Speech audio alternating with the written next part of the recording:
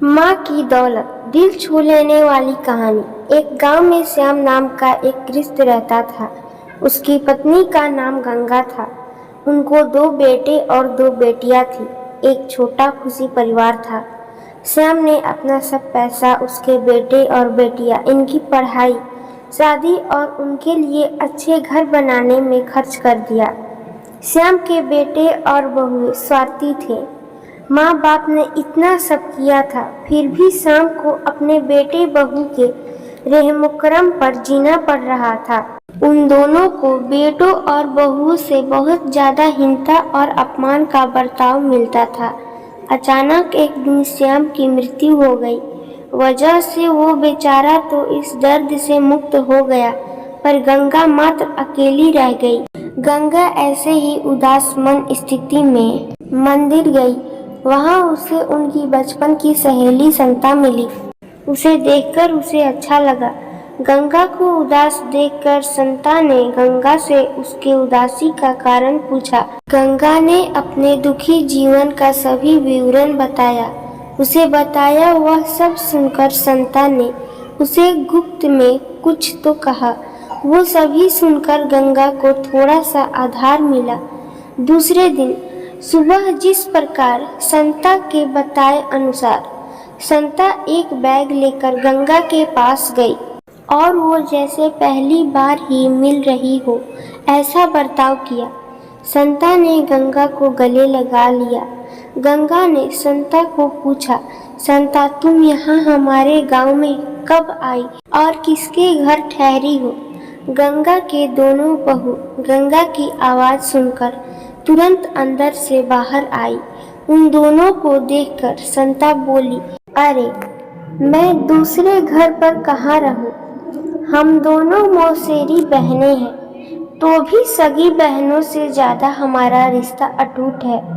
मुझे जीजा जी गुजर गए मालूम पड़ा, इसलिए मैं तुम्हें मिलने के लिए और भेंट देने के लिए आई हूँ। पहले दिन तय किए अनुसार गंगा बोली, संता तुम मुझे मिलने के लिए आई, यह सुनकर बहुत अच्छा लगा, पर तुम मुझे भेंट देने के लिए कुछ लाई हो, उसका अर्थ मुझे कुछ समझ में नहीं आया।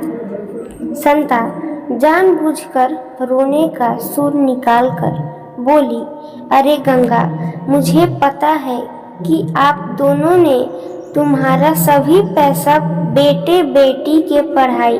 फिर संता आंखें पोंछने का नाटक करती है और वह आगे बोली, अभी ऐसी परिस्थिति में हम दोनों को जीने की इच्छा भी नहीं होती और अब हमारी जिंदगी भी कितनी बची है। इसलिए मैंने तय किया कि मेरे पति का नजदीकी कोई भी नहीं है और तुम्हारे सिवाय मेरा कोई भी नहीं है। इसलिए सब पैसा बेटों को देने के बजाय तुम्हें आधे पैसे दे दूं। ऐसा विचार करके मैं मेरे पति की राजमंदी से 25 तोला वजन के 10-12 सोने के गहने और 5,000 इस बैग में लाई हूँ। इस बैग में 25,000 की नोट है और 1 रुपयों की 5,000 नाके हैं। अभी तुम कुछ भी ना कहते हुए हमारा प्यार समझकर यह बैग और उसकी चाबी ले लो। मैं सिर्फ तुम्हारे पास चाय पीकर तुरंत चली जाऊंगी। संता का यह बोलना सुनकर सास की बहन कोई सामान्य औरत नहीं है, बल्कि बहुत अमीर औरत है और धन की तिजोरी साथ लाई है। ऐसा विचार करके गंगा की बड़ी बहू प्यार का नाटक करके उनको बोली कि क्या मासी, आप इतनी जल्दी क्यों जा रही हो? अभी आए हो तो रहो हमारे घर 2-4 दिन। आपके बेटे और बहू भी नई पीढ़ी के हैं, इस वजह से आप उनके तरफ ध्यान मत दीजिए। आप दोनों पति पत्नी ने अपना जीवन यशस्वी किया है, वैसे ही हमें भी उस बारे में मार्गदर्शन दिया तो अच्छा होगा और कैसे जीवन जीना है हमें भी समझ में आ जाएगा। तभी संता उसे बोली, मेरे पति के दोस्त आज प्लेन से रात को 12 बजे हमारे घर आने वाले हैं, इस वजह से मुझे जाना होगा। हर एक मनुष्य के जिंदगी में ऐसा प्रसंग आता ही आता है कि जिसकी वजह से उसकी आंखें खुलती है और वह मनुष्य समझदार होगा तो उसे मार्ग दिखता है। ऐसा बोलकर संता चाय पीकर वहां से चली गई। संता के जाने के बाद गंगा के दोनों बेटे और बहुएं उससे बहुत अच्छा बर्ताव करने लगी, बहुत प्यार और देखभाल करने लगे। गंगा खाना खाने के बाद रात को अपने रूम में जाकर दरवाजे की कुंडी लगा लेती। संता ने दिए हुए पैसे पत्थर पर पीटकर बजाकर गिनती थी। नानों का आवाज रात के समय स्पष्ट उनके बेटे और बहू को सुनाई देता था और उनका गंगा पर और ज्यादा प्यार बढ़ने लगता। ऐसा 5-6 महीने तक चलता रहा, लेकिन पैसे गिनने का काम मात्र खत्म नहीं हो रहा था और ये सिलसिला गंगा ने अपने मरने तक चालू रखा।